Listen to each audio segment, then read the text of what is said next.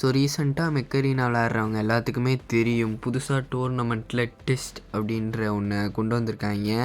So அதனால என்னடா அப்படின்னு கேட்டிங்கன்னா, இதனால தாங்க எல்லாமே.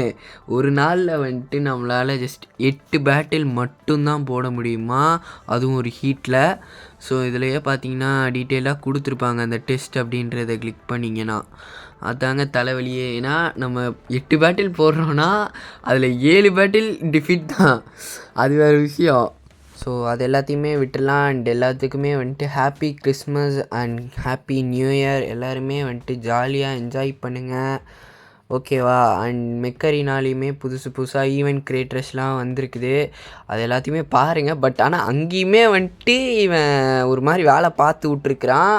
அதை நான் சொல்கிறேன் உங்களுக்கு, இந்த ஒரு பேட்டில் முடிஞ்சதையும் சொல்கிறேன் என்னன்னு.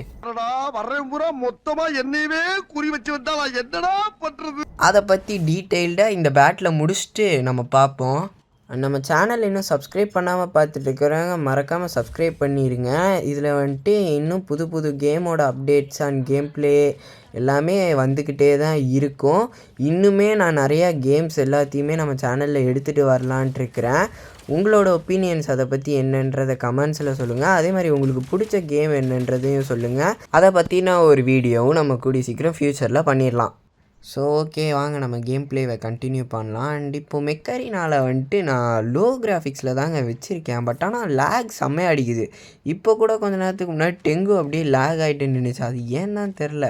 முன்னாடிலாம் அல்ட்ரா 60 எஃப்பிஎஸில் வச்சாலுமே வந்துட்டு எந்த விதமான லேகுமே தெரியாது. பட் இப்போ எதனால் இப்படி ஆச்சுன்றது தெரியல. ரீசெண்ட்லி நடந்த ஒரு அப்டேட் அடுத்து தான் இந்த மாதிரி இருக்குது. உங்களுக்கும் அதே மாதிரி இஷ்யூஸ் எதனா இருந்தால் கமெண்ட்ஸில் சொல்லுங்கள். ஸோ நானும் தெரிஞ்சுக்கிறேன், மேபி என் ஃபோனில் எதனா இஷ்யூஸாக இருக்கலாம். ஆனால் இப்போது ஒன்று நோட்டீஸ் பண்ணிக்கலாங்க, இந்த டாப்அப் பண்ணி விளையாடுறவங்களாம் வந்துட்டு ஈஸி டு வின்னாக தான் இருக்காங்க. இப்போது நிறையா லெஜெண்ட்ரி மேக்ஸு அந்த மாதிரிலாம் அவங்களுக்கு ஈஸியாக கிடைக்கிது, பிகாஸ் அவங்க டாப்அப் பண்ணுறாங்க.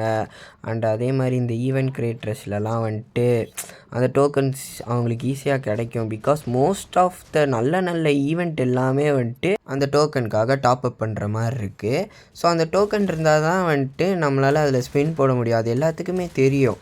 முன்னாடிலாம் வந்துட்டு அந்த ஃப்ரீ ஸ்பின் ஒரே ஒரு டோக்கன் கொடுப்பாங்க. ஸோ அதெல்லாம் வச்சு நம்ம ஈஸியாக ஒரே ஒரு ஸ்பின் ஆச்சு ஃப்ரீயாக போடலாம். அண்ட் அது மூலயமா எதனா ஒரு ரிசோர்ஸ் ஆச்சு கிடைக்கும். இப்போ அந்த மாதிரியும் இல்லை, நம்ம அந்த ஒரு டோக்கன் கிடைக்கணுன்னா கூட டாப்அப் பண்ணி தான் ஆகணும், வேறு வழி இல்லை. ஆனால் இப்போ டாப்அப் பண்ணாமல் விளையாண்டுட்டுருக்கிறவங்களும் நிறைய பேர் இருக்காங்க என்ன மாதிரி. நான் இது வரையும் ஒரு வாட்டி கூட எந்த கேம்லேயும் டாப்அப் பண்ணதில்லை. இதை பற்றி உங்களோட ஒப்பீனியன் என்ன அப்படின்றத வந்துட்டு மறக்காமல் கமெண்ட்ஸில் சொல்லுங்கள். அட்லீஸ்ட் இவங்க அந்த கிரேட் ரஷ்லையாச்சும் ஒரு ஃப்ரீ ஸ்பின்னோ இல்லைனா அதுக்கான ஈவெண்ட் அவங்க கொடுக்கலாம்ல. எதுக்கு மொத்தமே வந்துட்டு டாப்அப் ப்ளே இருக்காங்க, அதுதான் வந்துட்டு புரிய மாட்டேங்குது. எதனா சேலஞ்சஸ் மாதிரி கொடுத்துட்டு அதில் வந்துட்டு நம்மளால் டோக்கன்ஸ் அன்லாக் பண்ணுற மாதிரி இருந்தால் நல்லா இருக்கும்ல.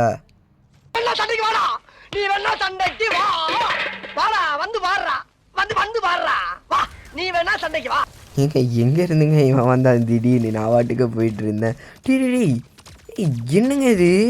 ஏங்க குவாண்டம் கன் தானங்க அது? What bro, it's very wrong bro. ஏங்க அவ்வளோதான் முடிஞ்சுன்னு நினைக்கிறேன். 30 செகண்டில் என்னங்க பண்ண முடியும்? 2 கில்லு தாங்க எடுத்திருக்கேன். இவனை முடிச்சு விடு, 3 கில்லு. 30 செகண்டில் 3 கில்லு தான் வச்சுருக்கேன். அநேகமாக அவ்வளோதான் நினைக்கிறேன்.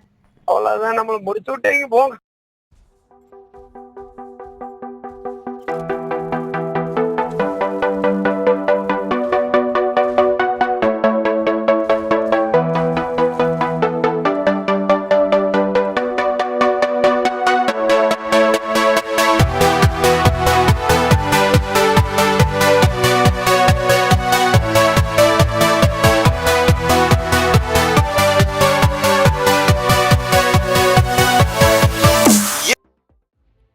ஸோ ஓகே, அந்த பேட்டில் முடிச்சாச்சு. இந்த ஈவெண்ட் கிரியேட்டர்ஸில் பார்த்திங்கன்னா இந்த ஃபஸ்ட்டு இது இருக்குல்ல, அந்த நேட் லான்ச்சர் 12க்கானது வந்துட்டு நம்ம சில சேலஞ்சஸ் பண்ணி எடுக்கிற மாதிரி இருக்கும் டோக்கன். பட் ஆனால் இந்த ஸ்ட்ரைக் ராக்கெட் 16 இதோடைய டோக்கன்ஸ் வந்துட்டு நம்மளால் எடுக்க முடியாது, பிகாஸ் அது டாப்அப் பண்ணணும். அண்ட் அதே மாதிரி அந்த மெக், அது கீழே ஒரு மெக் இருந்துச்சுல ஆக்னாஸ் மாதிரி, அந்த மெக்குக்குமே வந்துட்டு டாப்அப் தான் பண்ணணும் அந்த டோக்கன்ஸ் எடுக்கிறதுக்கு. இங்கே பார்த்தீங்களா, கிட்டத்தட்ட 3 ஈவெண்ட்ஸ் இருக்குது. அந்த டோக்கன்ஸை கிளைம் பண்ணுறதுக்காக இந்த ஃபஸ்ட் ஒன்றுக்கு நேட் லான்ச்சர் 12க்கு. பட் ஆனால் அது கீழே இருக்கிற ரெண்டுத்துக்குமே இல்லை, டாப் அப் பண்ணி தான் அந்த டோக்கன்ஸை வந்துட்டு கிளைம் பண்ணி ஸ்பின் போடுற மாதிரி இருக்கும். அதுலேயுமே வந்துட்டு ஒரே ஒரு டோக்கனில் கண்டிப்பாக வந்துட்டு கிடைக்காது மேக்ஸிமமானவங்களுக்கு. It's very rare. அண்ட் நம்ம ஒரு 3 to 4 5 மேக்ஸிமம் ஒரு 5 டோக்கன்ஸ் வந்துட்டு செலவு பண்ணால் தான் அந்த மெக் ஆர் எனி வேல்யூபிள் ரிசோர்ஸஸ் வந்துட்டு கிளைம் பண்ண முடியும். ஸோ நான் என்ன சொல்கிறேன்னா, இந்த 2 கிரியேட்டர்ஸ் ஈவெண்ட்டுக்குமே வந்துட்டு இந்த மாதிரி இவங்க சேலஞ்சஸ் கம்ப்ளீட் பண்ணி அந்த டோக்கன்ஸ் கிளைம் பண்ணி ஸ்பின் போடுற மாதிரி கொடுத்துருக்கலாம்.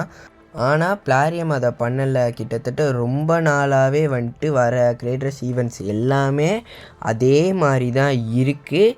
இதுலேயுமே சில ஈவெண்ட்லலாம் சுத்தமாக நம்மளால் வந்துட்டு ஸ்பின்னே போட முடியாது. அந்த மாதிரி தான் இவனுங்க பண்ணுவானுங்க. டாப் அப் பண்ணால் மட்டும்தான் அந்த டோக்கன்ஸ் கிடைக்கும், அதை வச்சு மட்டும்தான் நீ ஸ்பின் போடணும். அந்த மாதிரி அதுக்கான எந்த விதமான ஈவெண்ட்ஸ் ஒரு சேலஞ்சஸ் எதுவுமே இருக்காது. அதுலேயுமே இந்த டோக்கன் எக்ஸ்சேஞ்ச் ஈவெண்ட்ஸ்லலாம் பார்த்திங்கன்னா அந்த ஈவெண்ட் முடிஞ்சதையுமே வந்துட்டு டோக்கன் எக்ஸ்சேஞ்ச் பண்ணலாம். அதுலேயுமே பார்த்திங்கன்னா இந்த டாப் அப் பண்ணி வாங்குகிற டோக்கன்ஸ் எல்லாத்துக்குமே வந்துட்டு ஏ காயின்ஸ் ப்ளஸ் கிரெடிட்ஸ் கொடுக்குறாங்க. பட் நம்ம இதில் வந்துட்டு அந்த சேலஞ்சஸ் கம்ப்ளீட் பண்ணி எடுக்கிற டோக்கன்ஸுக்கு வந்துட்டு வெறும் கிரெடிட்ஸ் தான், அதுவுமே வந்துட்டு கம்மியான கிரெடிட்ஸ் தான் கொடுப்பாங்க. அதை நினச்சா தான் கொஞ்சம் கடுப்பாக இருக்குது. பட் ஆனால் இது இப்போன்ட்டு இல்லை, பிளாரியம் ரொம்ப நாளாகவே இதே மாதிரி தான் பண்ணிகிட்ருக்காங்க. உன்ன மாதிரி அங்கங்க அடமொழி வச்சு வாழ்ற வழி இல்லை. நாங்க ஆண்டாண்டு காலமா பரம்பரை அடமொழியோட வாழ்ற குடும்பம்டா. சரி, ஓகேங்க, அது எல்லாத்தையுமே விட்டுலாம். மேபி பிளாரியம் இதை ஃப்யூச்சரில் சரி பண்ணி டாப் அப் பண்ணாமல் விளையாடுறவங்களுக்குமே ஈஸியாக ஈவெண்ட்ஸில் இந்த சேலஞ்சஸ்லாம் கம்ப்ளீட் பண்ணி டோக்கன்ஸ் கிடைக்கிற மாதிரியும் கொண்டு வருவாங்கன்னே வைப்போம். ஓகே, நம்ம நெக்ஸ்ட் வீடியோவில் சந்திக்கலாம். பை.